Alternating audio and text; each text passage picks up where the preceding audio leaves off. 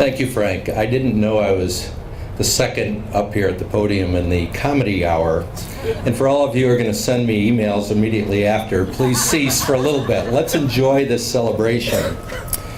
Well, how apropos that Dean Short serves as our MC today, and he gives all due attributions that those who have preceded me and some who are still here today have been such a part of this success story.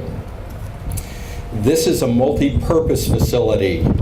It will house world-class academic programs, recreational sports, intercollegiate athletics, and what I call the 3 C's: convocations, commencements, and yes, Brockport students. And I'm so pleased to see so many of our student athletes here today. Concerts as well. What a momentous day for the College of Brockport, for all of Western New York, and for countless generations to come. 3 years ago, when I held a press conference over at Allen to announce $39 million in state support, yes, we've had that bonded money for several years now, I thanked all of our area legislators, many of whom are here today. But I did say, this is not about money. This is not about money, but rather opening windows of opportunity in students' lives. But I could say parenthetically, there's always room for a big donation and a naming gift. Yes, it's about physical health for our renowned state-of-the-art PE programs, now 5 distinct disciplines, but it's also about physical health with an F, creating hundreds of jobs and stimulating the economy of Western New York.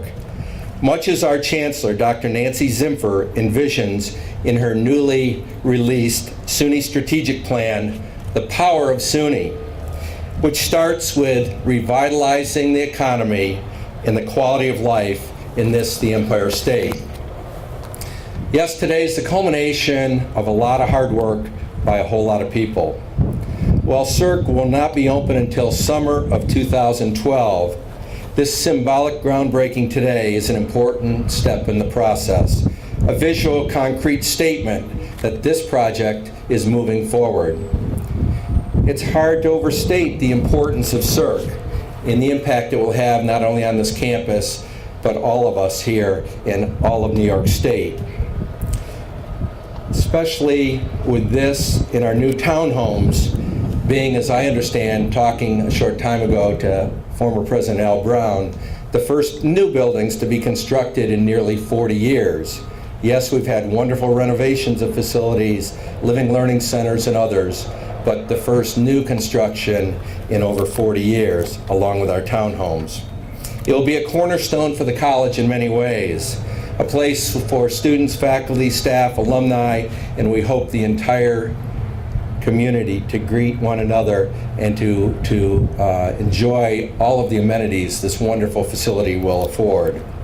When completed, SERC will be 158,000 total square feet, with the capacity to accommodate 5,500 persons, attendees for special events, such as national events, national NCAA track and field events, and yes, our commencement. The SERC configuration is based around a 200-meter track with natural lighting and lanes wide enough to accommodate all, and I mean all, student athletes and recreational athletes, but it's much, much more than a track.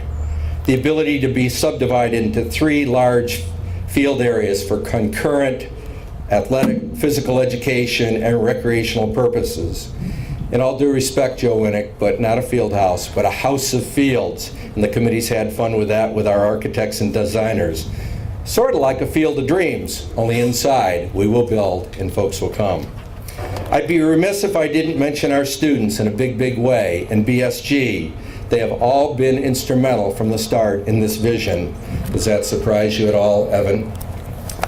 While the facility will be enjoyed by many constituents, it's first and foremost a place for our students to enhance their education both physically and intellectually.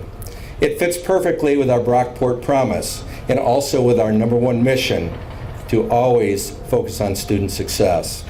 Finally, SERC would not be happening without the hard work and support of our College Council under Chair Scott Turner, who will be manning a shovel here in a moment and a hard hat with us, our foundation board leadership, as well as our elected officials, many of whom are here today.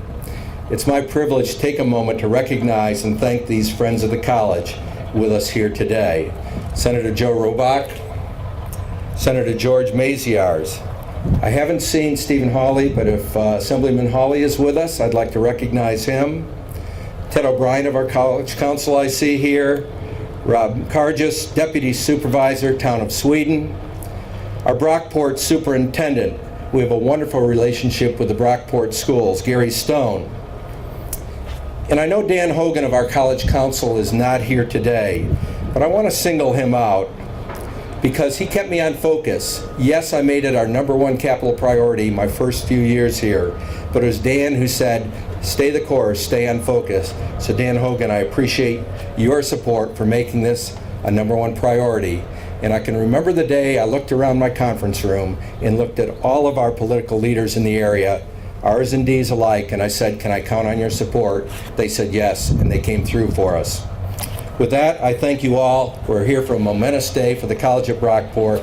Let me turn the podium back to Frank Short. Thank you.